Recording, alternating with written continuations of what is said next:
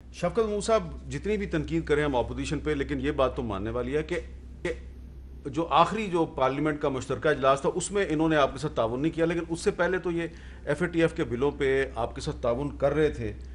اب انہوں نے کل یہ اعلان کیا کہ آج کے بعد ہم پارلیمنٹ میں حکومت سے تعاون نہیں کریں گے، تو آپ کو قانون سازی میں مشکل نہیں ہوگی؟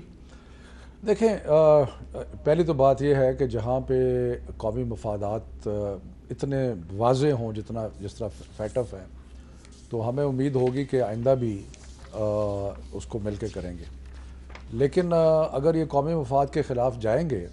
اور نہیں کرنا چاہیں گے تو پھر میں کیا کہہ سکتا ہوں؟ پھر اس کا مطلب یہ ہے کہ سیاست تو صرف اس بات کی ہوئی نا کہ اقتدار ملے، کرسی ملے اور اس کے لیے سب کچھ کرنے کے لیے تیار ہے۔ اور انشاءاللہ فروری میں الیکشن ہے سینٹ کا، اور اس کے بعد انشاءاللہ ہمیں فروری میں نہیں، مارچ میں؟ نہیں، مارچ میں تو اوتھ لیتے ہیں، الیکشن مارچ میں، الیکشن چلیں اوکے، چلیں ایک 10 دن اور آگے کر لیتے ہیں۔ یہ 10 دن بڑے امپورٹنٹ ہے۔ چلے جو الیکشن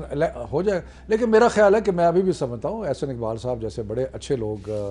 اپوزیشن میں ہیں، جو محب وطن بھی ہیں، تو لیکن انہوں نے جو کل اعلامیہ جاری کیا ہے احسن اقبال صاحب، اس اعلامیہ کا اس سے پہلے کتنی دفعہ یہ کہہ چکے ہیں اور کتنی دفعہ، لیکن میں تو یہ بار بار پڑھوں گا، آپ جب بھی قومی مفاد کے نام پہ حکومت کے ساتھ تعاون کریں گے، میں کل جو آپ کا اعلامیہ جاری ہوا ہے اس کا نقطہ نمبر 13 اٹھا لوں گا، جس میں آپ کہہ رہے ہیں کہ آپ کا آج کے بعد ربڑ سٹیمپ پارلیمنٹ سے اپوزیشن کوئی تعاون نہیں کرے گی، تو آپ جاتے کیوں ہیں ربڑ سٹیمپ پارلیمنٹ میں؟ دیکھیے جیسے آپ نے دیکھا کہ ہم نے اعلامیے میں یقیناً کہا ہے کہ تمام آپشنز ہمارے سامنے ہیں، اور اس ربر سٹیمپ کو اس غلامی سے آزاد کرانا بھی ہمارے فرائض میں شامل ہے، اور ربر سٹیمپ سدا ربر سٹیمپ تو نہیں رہ سکتی نا۔ دوسری بات یہ ہے کہ دیکھیے بدقسمتی یہ ہے کہ جیسے میں نے شروع میں کہا کہ ہمیں اس روایت سے ہٹنا چاہیے کہ اپوزیشن کو، مخالفت کو اینٹی پاکستان ثابت کریں۔ ہم نے فیٹف کے اوپر جتنا پاکستان کے مفاد میں قانون سازی تھی سب پہ تعاون کیا، اور اس کا ثبوت یہ ہے کہ وزیر خارجہ نے لیڈر آف اپوزیشن کو خط لکھا۔ میں آپ سے 100% اتفاق کرتا ہوں کہ کسی کو بھی اپوزیشن کی حب الوطنی پہ شک نہیں کرنا چاہیے، لیکن آپ نے جو کل اعلامیہ جاری کیا ہے اس کا جو نقطہ نمبر 7 ہے، یہ سلیکٹڈ حکومت سقوط کشمیر کی ذمہ دار ہے، مقبوضہ جموں کشمیر کی خصوصی آئینی حیثیت کا خاتمہ،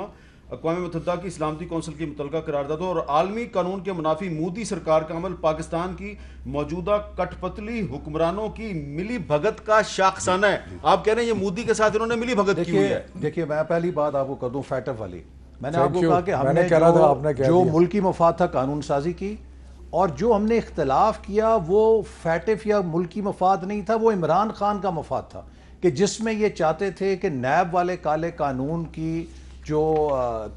دسترس ہے اس کو اور وسیع کر کے مخالفوں کے خلاف استعمال کریں، اور ہمارا موقف یہ تھا کہ جو سپریم کورٹ کے فیصلے ہیں، جو ہائی کورٹ کے فیصلے ہیں، جو اسلامک آئیڈیالوجی کاؤنسل کے فیصلے ہیں، ان کی روشنی میں قانون سازی کریں، وہ بات